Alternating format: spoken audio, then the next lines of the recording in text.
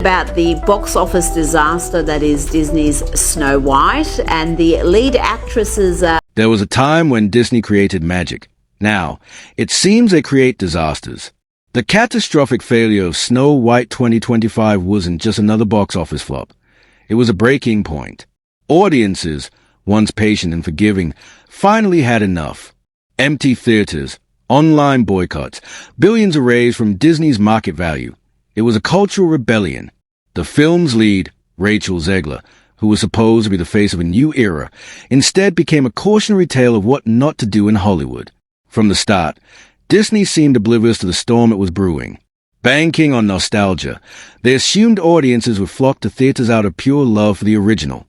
But nostalgia can't be weaponized while mocking what made the original so beloved. When the trailers dropped and interviews went viral, the damage was already done.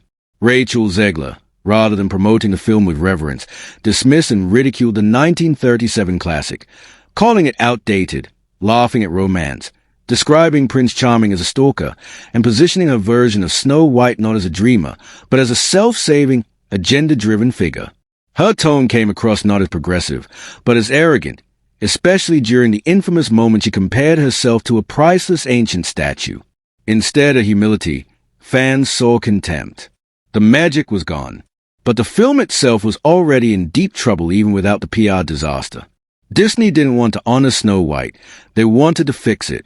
They gutted the romance, erased the prince, and replaced hope and wonder with hollow empowerment speeches. Snow White no longer dreamed or sang of love, she lectured. In the name of progress, they discarded what made the character strong in the first place, her kindness, her optimism, her belief in goodness.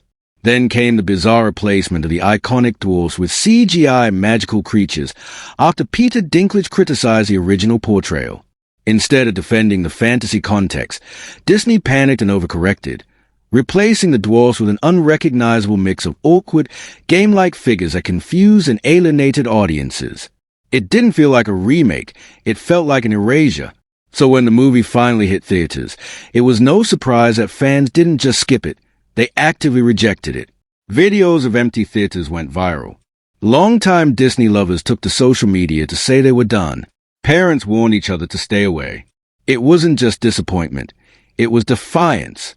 Rachel Zegler's own career began crumbling in real time. Once hailed as a rising star, she was now labeled box office poison. Hollywood insiders whispered about her being dropped from future promotions, casting lists, and high-profile projects. In a world where public image is everything, hairs have become toxic. Meanwhile, Disney was imploding from within. Executives who once championed woke remakes were now staring down numbers they couldn't spin. Stockholders demanded answers. Blame flew in every direction. Should they cancel other remakes? Sideline controversial talent? Fire top execs? No one knew. But everyone agreed. Snow White 2025 wasn't just a failed film. It was a symptom of something deeply wrong. The real question now is whether Disney can survive this. They didn't just lose money. They lost something more precious. Trust. The kind of trust built over generations, tied to childhood memories and timeless wonder. In trying to fix a classic, they forgot what made it work. They forgot that people don't love Disney for lectures. They love it for dreams. And when they turned their back on that legacy, the fans walked away.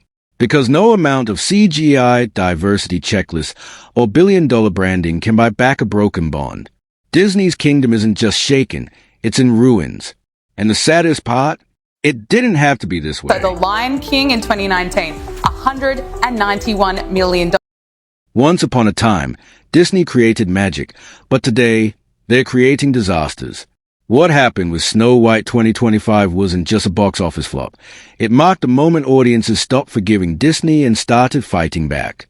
Theaters sat empty, online boycotts surged, billions were wiped from Disney's stock value, and the actress meant to carry the film, Rachel Zegler, became Hollywood's newest cautionary tale.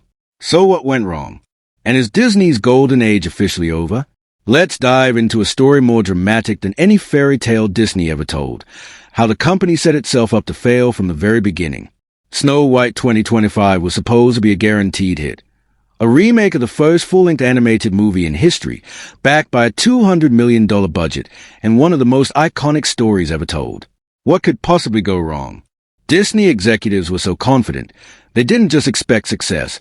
They expected historic success, believing nostalgia alone would carry the film no matter what.